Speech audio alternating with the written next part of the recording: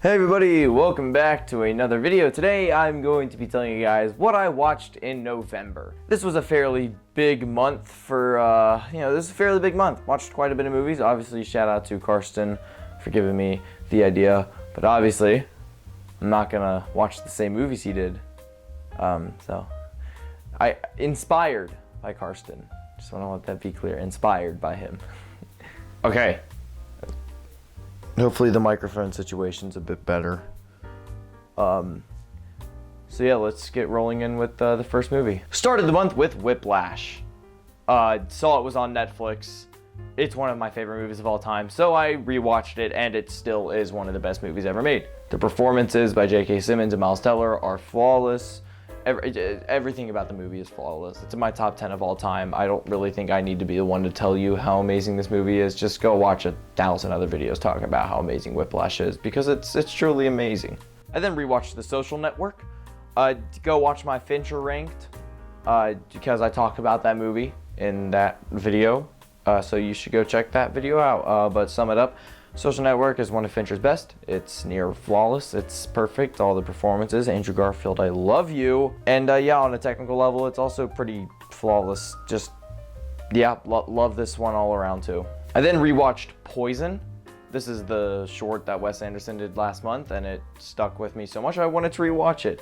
And I did, and I love it. It's so amazing with its messages and its quick pace and editing. It's just great stuff here. It's only 17 minutes. If you haven't seen it, go check it out. It's great. I then rewatched Bo Burnham Inside. I made a whole review on this thing because it hit so hard on this third watch.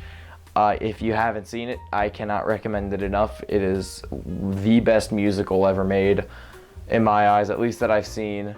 It is a flawless movie. Bo Burnham is one of the most talented people I've ever seen in my life. Go watch this thing. I then rewatched Beau is Afraid. Wow, a lot of rewatches towards the first half of the month. Beau is Afraid, it didn't hit me as hard as it did on the first watch. The first watch, I liked it a bit more.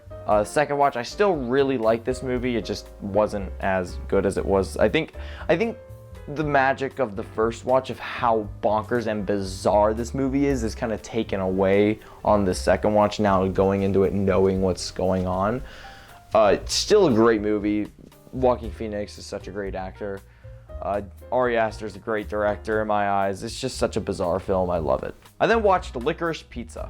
I'm letting you guys know right now, and I know not all my viewers watch my What I Watched in Month series, but Paul Thomas Anderson is most likely 98% sure going to be the next director I rank. I watched a couple of his movies during this month, and Licorice Pizza, starting us off, was an amazing start with his movies this month. I absolutely loved so much about Licorice Pizza. I know the whole central relationship is weird, and it definitely is not fleshed out, but I don't really think it's supposed to be. I think it's supposed to be messy, and I think it's great in that way.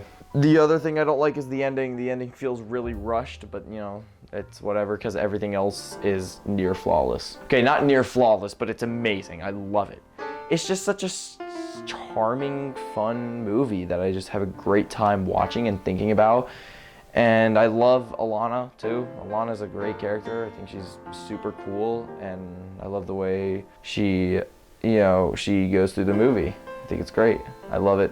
Also, if I am giving really lukewarm descriptions, I'm sorry. It is 2 a.m. I just got back from watching Thanksgiving, the new Eli Roth film. That'll be in What I Watched in December for sure. But yeah, sorry, I'm just really tired. I then watched Phantom Thread. This is another Paul Thomas Anderson movie, and I thought it was great. Maybe not as good as some people think it is. The only thing that really dragged this movie down was I was honestly a little bored sometimes, and I think that's more of a me problem and not the movie. The movie in and of itself was beautiful. It's such an interesting relationship, and it really just, it's such a toxic relationship, and it's just so interesting to really dive deep into what that looks like and how people handle it and stuff. It's a great movie. I just was a little bored sometimes. So beautiful. Score was excellent. Daniel Day-Lewis is excellent. Just phenomenal movie, but just not something that I would really want to rewatch either. So great movie with phenomenal things about it, just not one that I loved. I then watched No Hard Feelings. The end of 2023 is coming up, so I am watching as many 2023 movies I can, even ones that were bad, starting with No Hard Feelings. Okay, look, I didn't hate this movie. It's a raunchy comedy at its finest, and you know what? It's not awful. It's not great. In fact, it's not even really good at all, but you know, I would rewatch this if I had to, and I wouldn't really complain that much. It was just a fine time. I'm not gonna think about this movie ever again. Jennifer Lawrence is fine. It's a fine raunchy comedy, nothing crazy. It was funny, it had funny moments, but it was obviously a raunchy comedy. It was predictable, it was very cliche at every turn. It was fine, it was whatever. I then watched The Great Gatsby. I did a whole review on the book and the movie, and that video did not do as well as I wished because I have so much to say about this duo of book and movie, because the book means so much to me, and the movie was a huge letdown. I didn't love it. In fact, it was pretty mid. A lot of things I didn't like about it, but there were also a lot of things I did love about it. So if you want to get into that, go check out my review. That's all I gotta say. Leo, I love you. I then watched The Killer. Yep, David Fincher's newest movie, and it's amazing, and I love you, The Smiths. Screw off, Morrissey. I hate you, though. But the Smiths, I love you. But yeah, it's a great movie, amazing. Had amazing choreography with its fight scenes. Very brutal, very violent, dark, very, very dull, which is the only thing that holds it back for me, is that our main character is a little bit dull throughout the whole thing, but overall I really liked this one. I then watched Frances Ha. This was like the most random movie through this whole month, where one night I was just sitting there, and I had just finished The Killer, and I was going to bed, and I was like, I'm not really tired, and I was just going through Netflix, and I saw Frances Ha, and I was like, yeah, this movie got good reviews, at least that I heard of, and it has Greta Gerwig.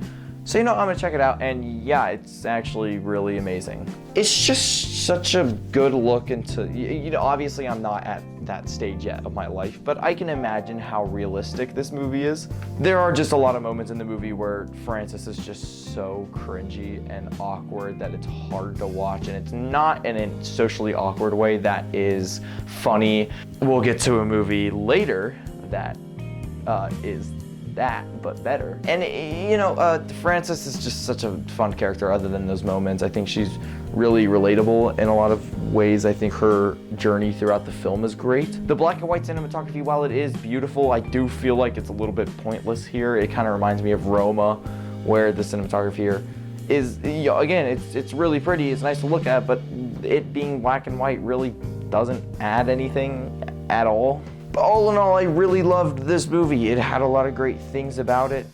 The performances, Adam Driver, I love you, Adam Driver, you're the best. But yeah, check this one out. It's not that long, which is the reason why I watched it. But yeah, I enjoyed it a lot more than I honestly thought I would. I then watched Priscilla.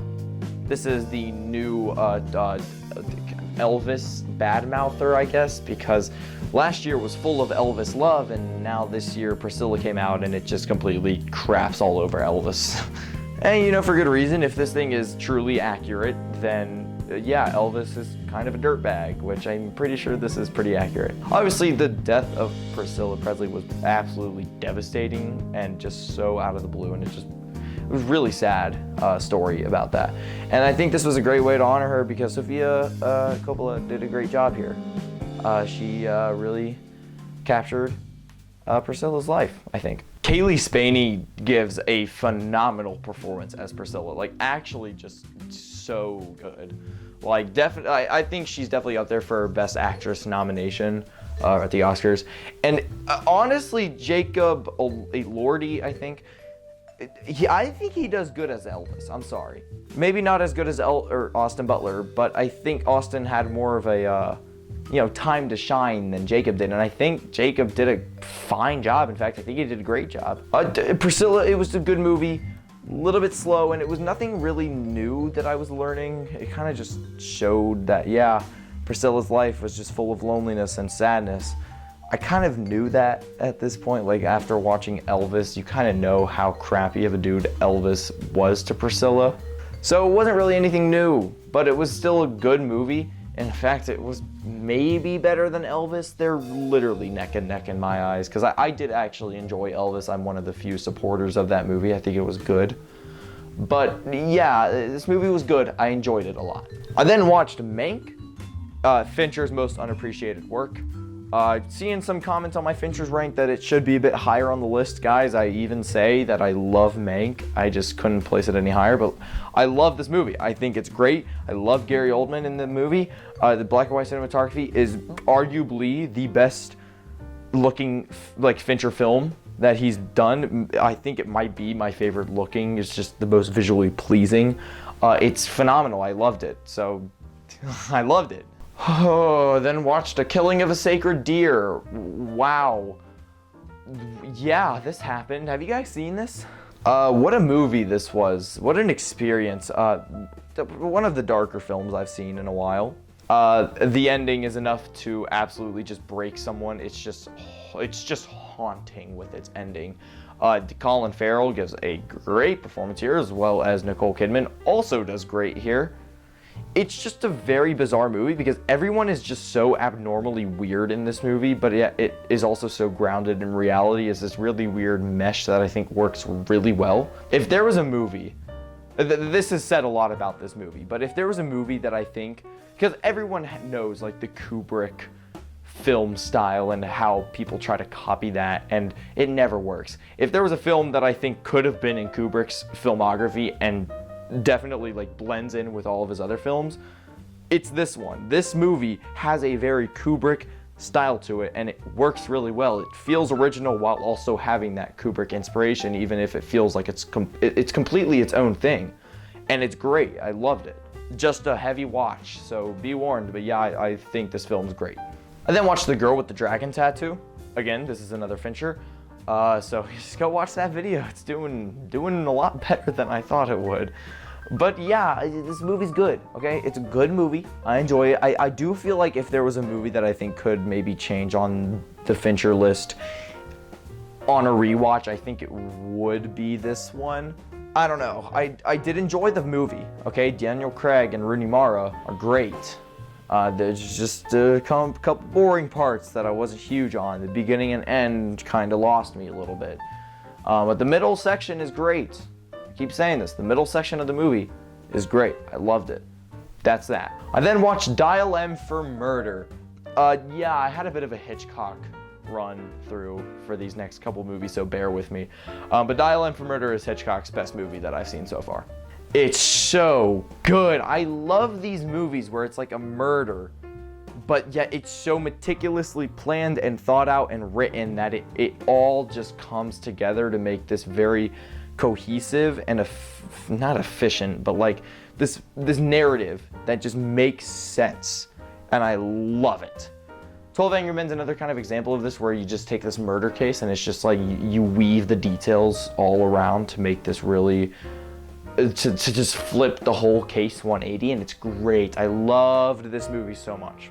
I just have so much fun thinking about watching this movie again. Like, I would rewatch this in a heartbeat. I think it's amazing. I loved it so much. It's so good. I then rewatched Vertigo. Yeah, this movie definitely went up on my favorites list after watching this, because good Lord, it is amazing. It's a masterpiece. Just want to say the movie poster for Vertigo is in my top 3 movie posters of all time, along with like The Exorcist, The Thing, this movie, and maybe Licorice Pizza. Those are like the 4 movie posters that come to mind where I just think they're so perfect. But that has nothing to do with the movie. Jimmy Stewart, whatever you want to say. Yeah, I love you. You're the best. Top 5 actor maybe of all time. All the twists and turns this movie takes is so entertaining. The ending, the build-up, the suspense. another one that I would rewatch in a heartbeat. I forgot to mention this with Dial M for Murder because I stopped. Hitchcock's use of lighting and shadows is something that I think is really amazing in his work that I noticed on these Hitchcock watches. And especially with Dial M for Murder, I forgot to mention this, but the use of shadows and lighting was phenomenal in that movie and also in this one as well. His use of symbolism and symbols in this one is also really present compared to some of his others. The use of the spiral and the colors with green and red, it all just is so amazing. This is definitely, in my opinion, the most perfect Hitchcock movie that I've seen. If there is a Hitchcock movie on a technical sense, standpoint that I think is the most perfect, it's this one. But the first 30 minutes kind of feel a bit off, in my opinion. Not off in a way that they're just bad, it's just boring. Now, I hate saying that because I think the rest of this movie is a masterpiece. But that first 30 minutes is a bit of a drag to get through, even on rewatch. But I love Vertigo so much, I could talk about it for days. It's phenomenal. I then watched Rope, another phenomenal Jimmy Stewart movie, along with Hitchcock, obviously. This is one of those movies that is made to look like it's done in one take. Like 1917 and Birdman. I love this movie. Now, it kind of like Vertigo, the first kind of 30 minutes didn't really hook me, didn't really sell me on this. As soon as Jimmy Stewart came in, obviously, it became phenomenal, and I loved everything about it after that. The ending's also great. Just some great performances in here. Definitely some great suspense and tension that Hitchcock builds up throughout the movie. Just really entertaining. I loved this one. I then watched Evil Dead Rise. Sorry, I had high expectations for this because I had heard that this was a great horror movie. What? This thing blew on so many levels. I am sorry. It wasn't scary. In fact, it was funny at times. I mean, yeah, the kills were gory, but dude, the characters sucked. There wasn't a single good character, maybe except the main girl. I don't even remember her name, but God, this movie blew. So many dumb decisions, so many dumb things. I did not enjoy this at all. Just, what did you guys see in this? Honestly, I honestly thought it was trash. I did not enjoy this at all. It was way longer than it needed to be. It's just, I don't even want to think about this movie again. I then watched Rebecca, another good Hitchcock movie. This one was kind of more boring throughout kind of the whole thing. There were moments where it just was like, all right, where are you going with this? This dialogue doesn't really hook me at all. There's nothing interesting happening right now. But the twists in this one, another little critique, I don't think the twists in this movie were as shocking and as satisfying and just whoa, holy crap, as it was in Vertigo. And that kind of took away from it. Again, the shots were great. Hitchcock is really good at suspense as well, and I love the case, that the whole ending builds the whole, I don't really know what to call it, but the investigation that's held at the end of the movie is really entertaining. I really enjoyed the last act of the movie. I thought it was great. I just don't really find the love between these two really believable. That's another one of my critiques. I just didn't really find it that believable, even though I think they both gave great performances and I think they're both entertaining characters. I don't think they work as a whole, and I don't think she has any reason to stay with him throughout the whole movie. I don't know. I did enjoy the movie a lot. There are great things about this movie. Some things holding it back, in my opinion. I then watched The Birds. Talk about a snooze fest. I am sorry. Yeah, this thing is influential as holy heck. Yes, it took 3 years to film. Yes, it is all real birds in this movie. But do the birds take up maybe 20 to 30 minutes of this 2-hour-long movie, and every other scene that isn't birds are boring and drawn out and pointless? Yes, I'm sorry, I just did not care about anything that these characters talked about through the whole movie. I just wanted to see birds and birds attacking people. That's what interested me, and that didn't happen for like a solid 45 minutes to an hour. I was like, when are we getting birds? I don't care about how, oh, your mom or his mom doesn't like her, and oh, I don't care. These characters just did not excite me. They did not make me want to watch the movie. They bored me out of my mind. I wanted the movie. After we hit an hour, I felt like we were watching Killers of the Flower Moon and the movie was done. I felt like the first hour of this movie was just as long as all of Killers of the Flower Moon. Holy crap. I'm sorry, this movie was boring. Sorry. I then watched The Tutor. This movie sucks. I then rewatched The Wizard of Oz. This movie doesn't suck. In fact, it's one of the most influential of all time. I put it up there as one of the most influential, maybe along with like Psycho and 2001: A Space Odyssey. I don't know, just the use of color in this film is absolutely gorgeous. I mean, I know all the controversy behind the issues on set during production. And yeah, it's bad stuff that went on set, but that doesn't mean we didn't get an amazing movie. It's so fun. It's such a fun watch. I love everything about it. The lion is literally the best thing about this whole movie. He has so many lines that I just quote because they're amazing. Shucks, folks, I'm speechless. Sorry, I can't talk right now. I slurred there a little bit, but I promise it's just because I'm tired. I then watched 65. If it wasn't Adam Driver, it'd be lower rated. But it's Adam Driver, so I liked it a bit more. It's not necessarily a bad film. In fact, it really doesn't commit a lot of sins. The main thing is it's your basic average action film with dinosaurs. That's it. I don't ever want to rewatch this. I do like the chemistry that Adam Driver and the little girl form. It's entertaining sometimes. Dinosaurs look good. It has its moments that I was pretty invested, but it's nothing special at all. It's not something that I even remember 2 days after watching. It's just there. I then watched The Game. This was my final Fincher. So go watch my Fincher ranked. I don't want to. Michael Douglas is great. The movie was great. Very bizarre, very mind-blowing, very, very tricky to think about while watching. This movie just plays with your mind, and it's great. I loved it. Go watch it. I then watched Punch Drunk Love. So this was the best movie of the month. So much so that it has earned its place in my top 10 movies of all time. Now, I don't like to place movies in my top 10 the moment after I watch them. I haven't done that since maybe I watched Godfather Part 2. And that was back in like April. The last time I moved a movie into my top 10 was when I watched Oldboy. And I watched that 3 times to move it in my top 10.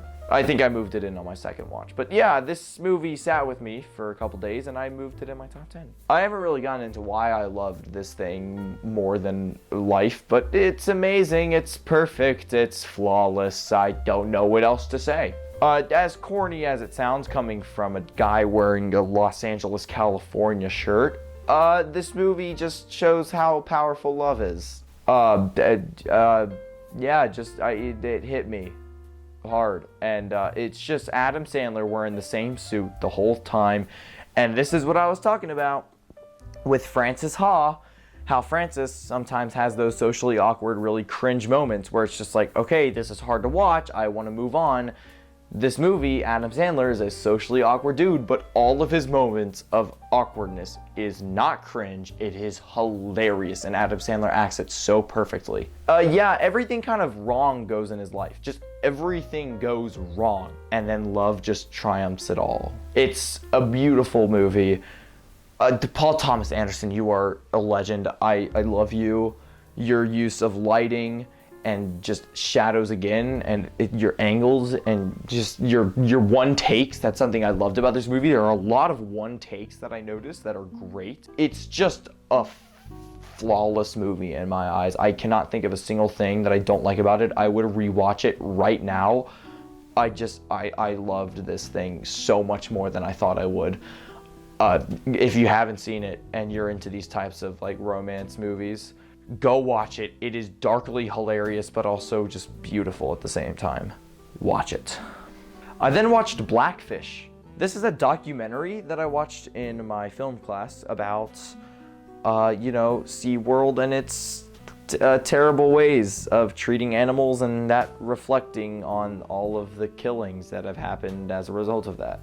It's an absolutely devastating story, and all of the stories surrounding this of all the killings that have occurred at SeaWorld and these like parks with like whale shows are absolutely devastating. Really like hard to watch, to be honest, is just sit and think, oh yeah, this is like normal. Like SeaWorld just accepts this and calls them accidents throughout the whole time, and it's just so frustrating. All the interviews in this doc were really well handled, really well done. It was an interesting doc. It started out a little like not my thing in the first like maybe 30 minutes, but after the first 30 minutes, it really picked up and it really grabbed my attention. I was a fan of this documentary. I recommend it if you're into this type of story, but just it is hard. It's a tough one to watch. I then watched The Exorcist Believer.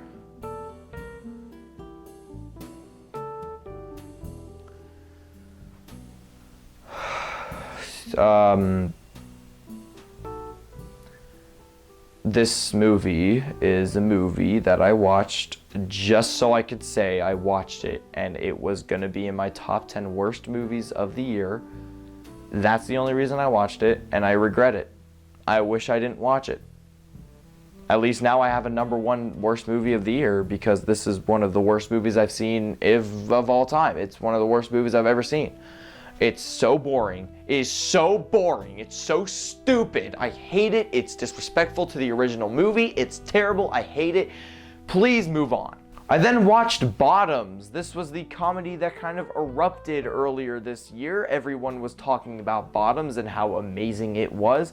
And I finally watched it, and yeah, it was great, but it wasn't like amazing. It was funny. I thought it was pretty funny, and it did something that I think Barbie, for me, took itself too seriously. And then this movie, while obviously having a feministic approach of things, it poked fun at everything. It had fun with its messages and themes, and that's what I liked about this one. I really enjoyed it. The ending was a little bit off for me. I did not like the tonal shift completely of the ending. But I really enjoyed everything else. I liked the characters and their developments. It was just a fun watch. I thought it was hilarious at times. It was great. I then watched The Holdovers. Yeah, this movie, have you guys seen this one yet? Because if not, wow, it hit me hard. I loved it so much. Like, I loved it so much. Even, like, back when I was watching Spider-Verse in theaters and I saw the trailers and the previews for this movie, I instantly could tell this was going to be something that I was going to be into, but holy moly, I did not think I would like it this much. It's just such a powerful movie. It doesn't inherently do anything that breaks the barrier, breaks the form, breaks the formula. It doesn't do anything crazy different. It's just so good. The performances, the writing, the cinematography, the way that it's made to look like a movie from the 70s or something like that, it's phenomenal.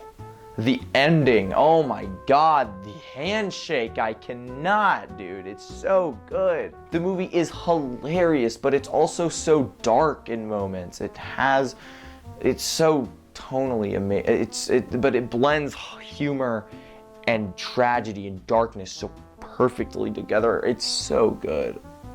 This is another one that I would rewatch in a heartbeat. It's just so good. It's so funny. It doesn't ever drag at all.